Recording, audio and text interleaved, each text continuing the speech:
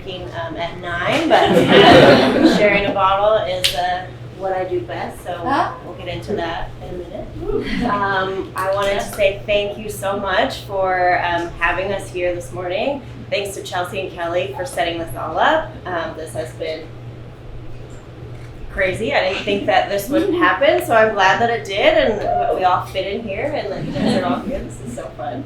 And then thank you for reading the manifesto, because when Chelsea first brought this idea to me, I was kind of like, I don't really think of myself as a creative, traditional creative type of person. But then once I got thinking about it and I listened to the manifesto, I was like, it took a lot of creativity and critical thinking to get this place going. So it was kind of a fun reassurance that creativity comes in a lot of different forms, and just because you don't make something beautiful every day, you're still creative and you're still doing things, and I thought that was really great. That was very nice. So I'm Mike, and I'm from Montana, and like lots of folks, wherever I've lived in the country, people always end up calling me Montana Mike, because if you talk to me for 5 minutes, 4 of those minutes I'm going to be talking about Montana. How much better it is than wherever we are currently. I'm not gonna bring it up that much today.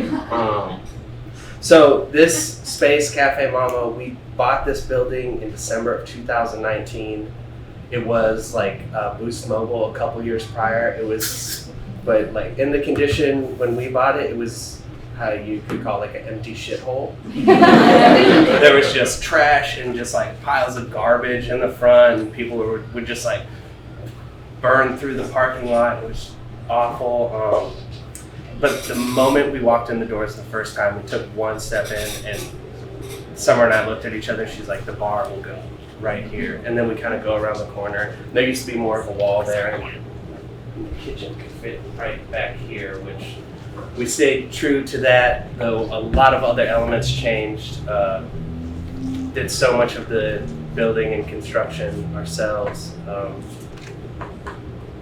But first I want to let you guys all know about the name Cafe Mamo. So it's pronounced Mamo. Some people come in here hard with I love Mamos. False. No such thing as Mamos. Mama is the nickname for my grandmother. My oldest brother was the first one to call her that. Then my next brother and all the cousins and everybody, to the point where even my mom's friends' kids call her Mamo. All the little kids in her neighborhood call her Mamo. From a very young age, she would just I'm 7 and 8 years old, just berate me on the empty calories and the Rice Krispies I'm eating, and be like, do you even know what GMOs are? And I'm like, snack, crackle, pop. That's all I know. But she was still is a huge influence for me. We love talking about food and cooking, what's in our garden, what we're doing at the restaurant. She'll call me with questions like, how should I make this? What would you do? This. And the other way around, I'm like, how do I get in touch with the garden people and the farmers? She's like, just go to the market and start talking to people. I grew up around farmers markets and stuff, and just having a local connection with all of our producers is very important, and actually participating in the local food scene just as a customer before a restaurant owner is very important and influential for us. Okay, so our topic this month was critical. We thought about it for a while. So there's a lot of different routes you can go with critical. We decided to keep it in the realm of the process of Cafe Mamo instead of a couple other ideas we had, which were a little less enlightening, a little more grumpy. We get restaurant critic, that vibe. We didn't want to go down that road, so we're keeping it a little lighter today, a little more fun. So we wanted to talk about critical moments in Cafe Mamo history. So the concept, how we came up with that, our mission, the process of opening the restaurant, which was a real bitch, and then adapting the restaurant from what we thought it would be to what it kind of is now, which they're similar, but they are a little bit different. And I think the main thing that we have always strived to do is create a place that we want to be at. So everything in the space is kind of like a direct reflection of us and what we want. So we have gotten a lot of, I wouldn't say a lot, but some criticism of that, right? You know, and it's hard to not take all of that personally because we put so much work into it, but it did take a lot of like critical moments to get this place going. So that's the route we're gonna go. Yeah. So the concept, let's start there. Also, does anybody want bubbles? Okay, I will pass them out. Mike will start talking. So the concept of Cafe Mama, what very blatantly it is, this is an American restaurant and wine bar. And some people almost every day walk up to the door, take a step in and say, I'll have a latte to go. And we don't do that here. And it's usually hours we're not open. They're like, but you're a cafe, you're a coffee shop. We're not a coffee shop. We do have an espresso machine, but its main purpose is for espresso martinis, which are good. Summer makes a good one, and those should, espresso martinis, 10 out of 10. We talked about who Mamo is and how do you take your grandmother and make her the concept of a restaurant? I still don't know, but just the things that she taught us that are important is local first, like 100% local first. You can kind of get tricked into thinking, oh, I need to eat wholly organic, and then you go to a supermarket and you buy organic produce from infinity miles away, different parts of the country. It's the most large impact you can have as a consumer, and like the most punk rock shit ever is putting money into a farmer's hand. Yes. That's like to like all the cultures, like if you like put green money into a farmer's dirty hands, that's what we do.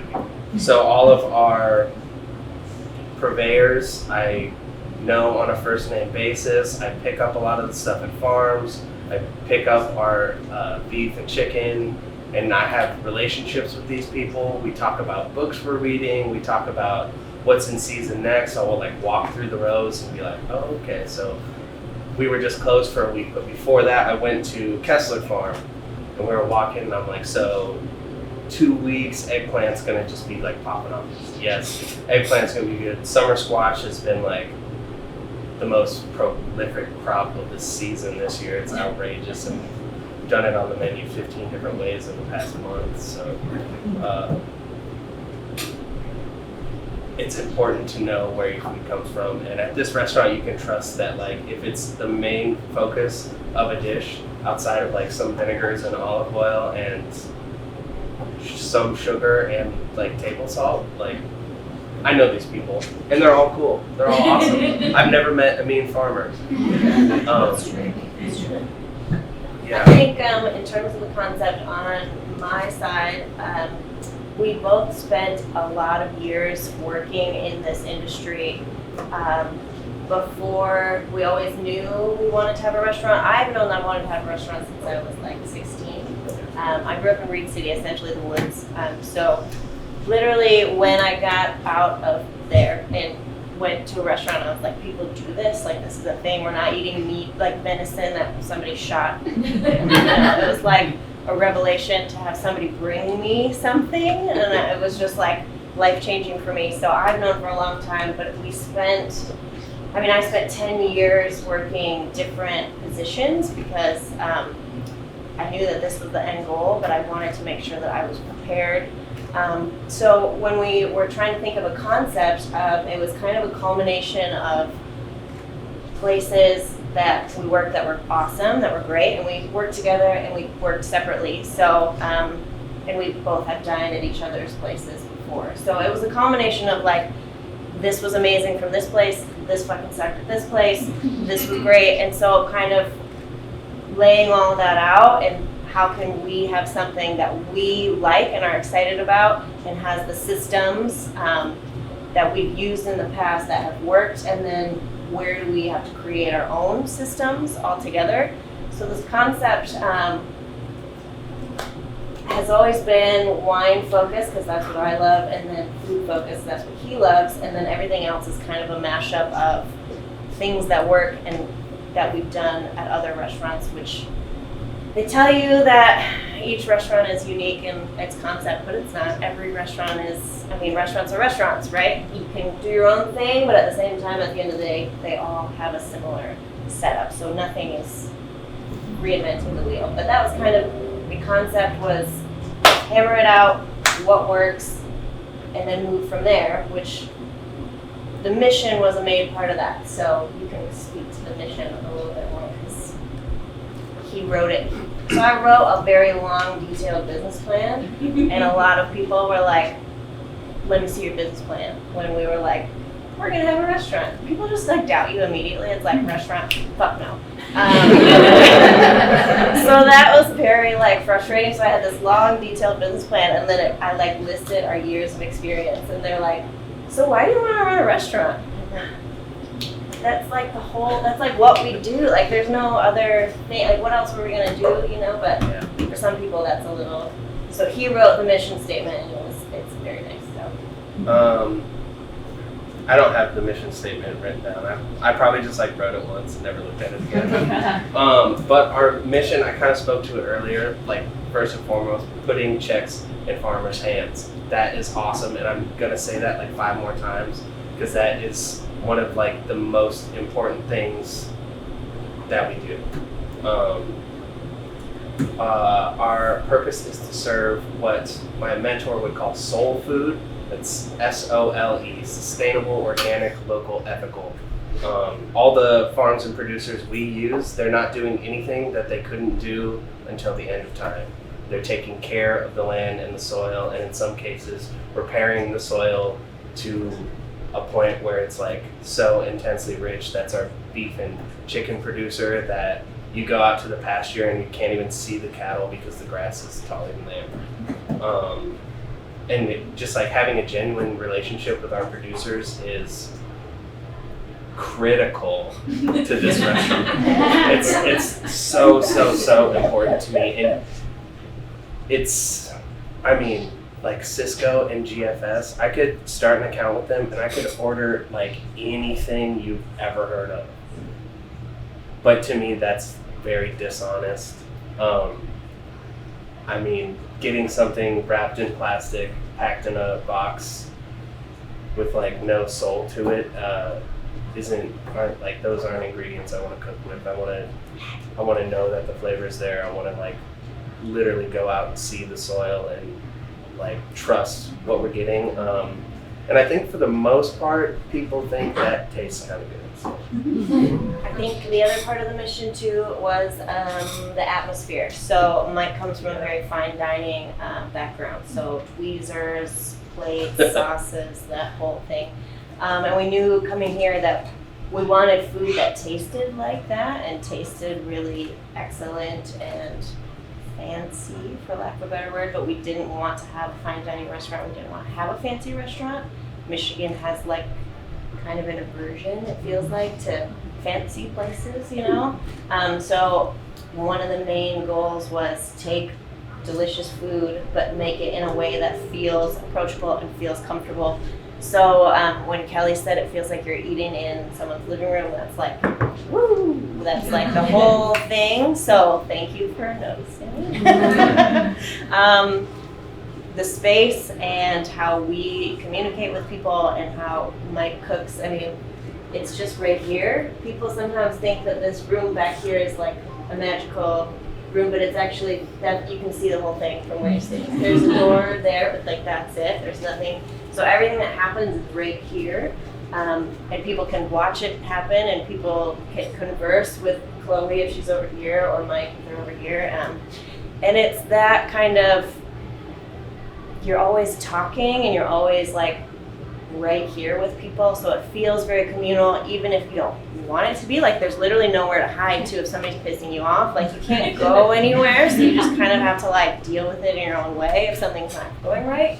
But it is very much like our living room because I mean we're here all the time, and when people come in we want that feeling. So I'm really glad that that was the other half of the mission, was super good food that's local, but served in a way that makes you feel comfortable, but not slouchy either. You know, we've got the table set up, so we've got the wine glasses. We want it to be like an experience, but not uncomfortable for anyone. So that was the other part.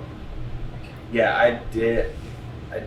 We both worked in like some like very fine dining, like New York City. I was a sous chef at a place that's doing, you know, swoops and swooshes and dots, and you just work on the line like this, and you're not allowed to talk. And if you're going too slow, the chef comes and like The knees you in bear, the anybody leg, seen like, it? The bear, yeah. Michael was having like traumatic moment watching it. Yeah, and I mean, working like 17 hours a day and not being able to sleep, or just sleeping through like terrible anxiety nightmares, which like that's so cool.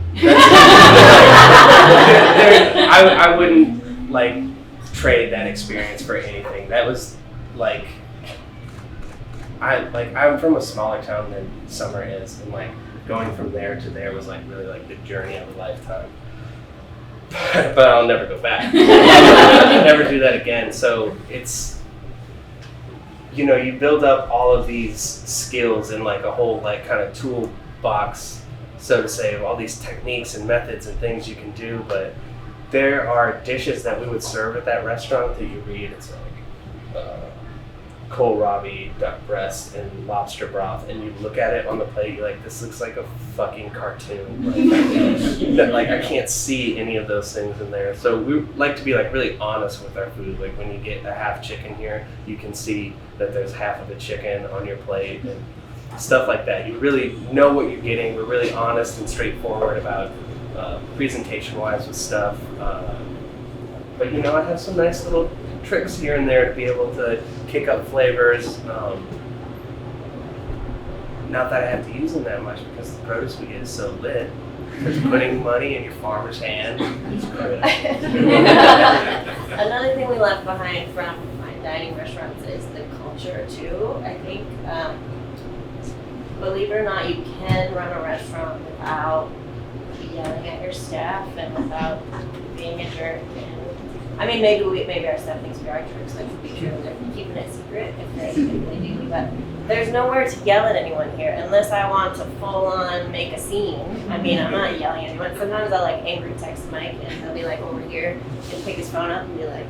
Other than that, it's like everything is on display. Everything is out in the open. So we really have to just like have that mentality of like something bad is happening, shit's hitting the fan.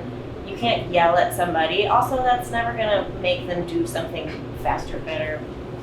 It's never gonna help anyways. So we've kind of just infused our personality too with that style of how we treat our staff. Which for better or worse, I mean, we're a year in, so we'll see how it continues to play out. But I think pretty much everyone except for Dan, who's we hired this summer, but everyone else has been on since day one, and they're all just the best. We got really lucky with our staff, and we love them so much. So that's another part of the 10 years of like, okay, we want to open a restaurant, like what works and what doesn't. Yelling at your staff doesn't usually work. Anyways, Yeah. Next topic. Opening the restaurant. Woohoo! Opening this restaurant was a process. It was really fun. So I'm going to start with that, but it fucking sucked. Yeah. It was just a lot of back and forth with the city and critical moments where it was like, they won't let us do this. How can we achieve what we want and still fit into what the city will let us do, fit into what makes sense for what we want and what the contractors can do. So we did all of this during the pandemic, which actually turned out to be perfect timing because we got everything done right as restaurants were starting to open again for full seating. So it actually, all things considered, it was like a long process, but it worked out timing-wise because we were able to just kind of roll right into it, and there wasn't a whole lot of COVID hiccups. Yeah, go ahead. Yeah, I mean, even just within the business plan and working with the city, I feel like a lot of the times they just tell you no on things because they don't expect any pushback. They're like, oh, well, no, you can't have 3 parking spaces because you need 11 for a building that size. And we're like, no, that's false. And with all that back and forth, we're able to have a patio and have a nice garden for people to look at, which is, I don't know, at least twice as good as the rubble pile from before. I think one of the main takeaways through that process was patience and knowing that they might say no. And for me too, I was doing a lot of like in between middle-aged city guys who are very nice and well-meaning, but also just didn't give a fuck at all about what I wanted and what. So we would go to meetings and I would have a whole list of stuff out, and they would turn to Mike and be like, so we're gonna do this? And I would be like, actually, no, we're not gonna do that. That's not correct. So it was just kind of like inserting myself and what I wanted and kind of just not giving up on what I wanted. I mean, there was a lot of compromise that happened start to finish. We had plans of this whole front being garden and actually no parking, which probably would have been even crazier than it is now. Parking's already such an issue, but the whole process was like you go in with what you want and then come to a compromise, but don't back down at the same time. I think he's right in they would just say no and think that we were going to be like, oh, no, okay, sounds good. But I would be like, okay, I read the zoning ordinance on this. I know that this can happen. I know that this can happen. These are the options. And so by the end of this process, I felt like I had read more of the zoning book than people I was talking to at the city, which was also irritating. But it was just kind of like going through and thinking of options and not just like taking a hard no on something. And that took like compromise and like kind of shifting maybe like what you wanted, but it still ended up being something that worked for everyone and everyone felt comfortable with it. So that was probably the hardest part of the process. And then once you kind of get that in place and then the space turns out how it is, and following through with all the inspections for things that happened so long ago and going back and being like, we did it like this because of this, and just keeping a level head throughout the whole process and just explaining yourself, which is like hard to do. I guess, I don't know, I've never really experienced that, but it definitely brought light to some fortitude that I didn't really know that I had, you know. I knew that I wanted this as my dream, this is what I want, this is what I'm going to do, and I wasn't trying to back down because somebody was like, oh, you can't do that. So I enjoyed that process because it gave me some strength. I hated that process because it was a lot of angry emails to my friends, so thank you. And then revising the emails to be nicer and kind of like get things going how you wanted. And then once the space is ready, then it was kind of like, oh shit, now we have to open a restaurant. So then it was like completely switched from construction mode, space mode, doing all that to like, oh, we actually do this for a job. We actually know how to do this, but we've been lost in like tile and whatever for a year. So then it was like flip the switch back to all the stuff we need to write menus, we need to come up with drinks, we need to come up with wine lists.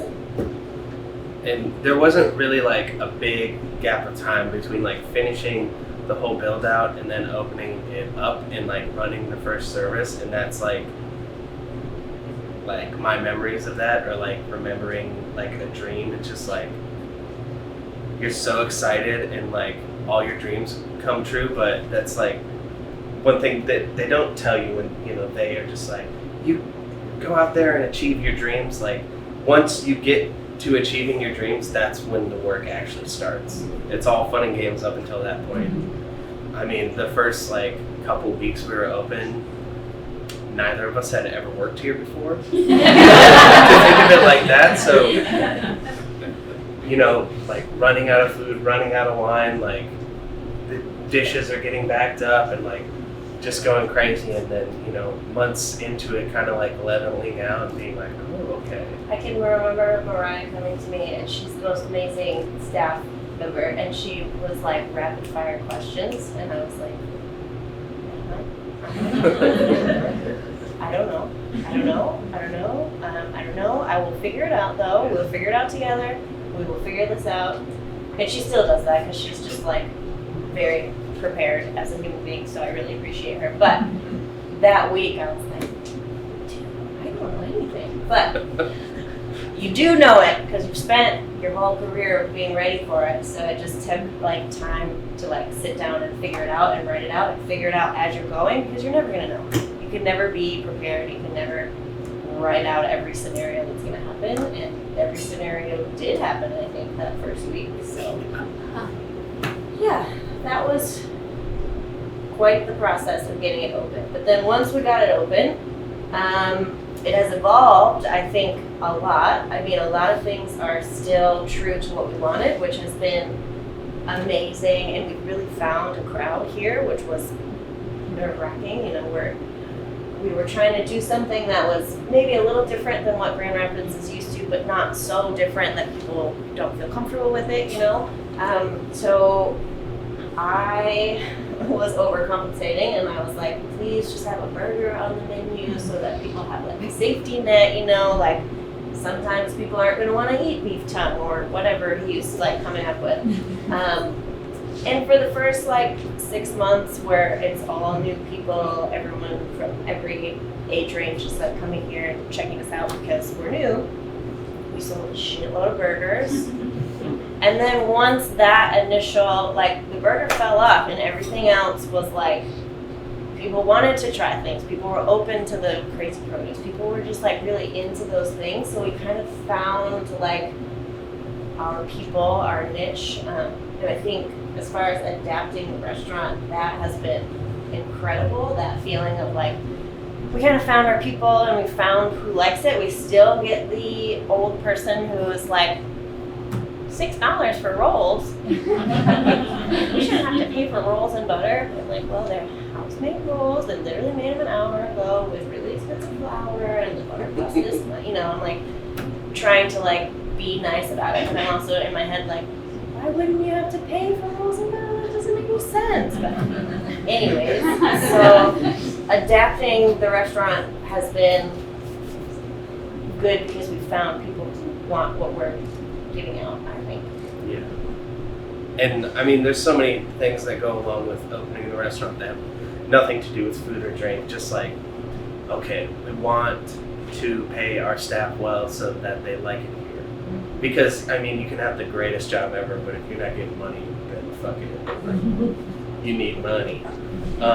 And that was like a really scary thing. It's like, oh, can we afford to pay people this much money in this small of a space? And yes, we can. There's a lot of rules we don't have to follow for like big restaurants with food costing and ordering, and because our food waste is like almost zero,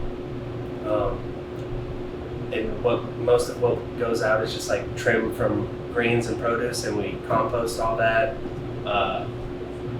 I've worked at restaurants in this town where food waste can easily on a given week be 50 to 75% of what they get, and it just goes straight in the bin, which is like criminal.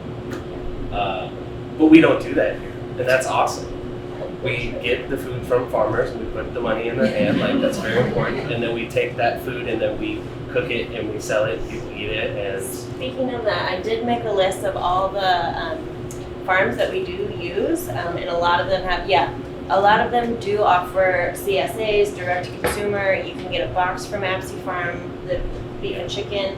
You can get boxes from our vegetable farms. I didn't put the compost on there, but we compost with Wormies. Weeds is the best. I'm trying to think if there's anything else I didn't put on there. But grab that on your way out if you're interested in local food and produce. Yeah. Did you want to say anything else about adapting the restaurant? No, I think I got it. Okay, sounds good. Well, I think that's the end of our speech. I just wanted to say thank you guys again for having us. I mean, this restaurant takes a community, it takes a village, and we have kind of found our village, and we love serving you guys, and it's been really fun for us. So if you need anything, let us know. We're here all the time.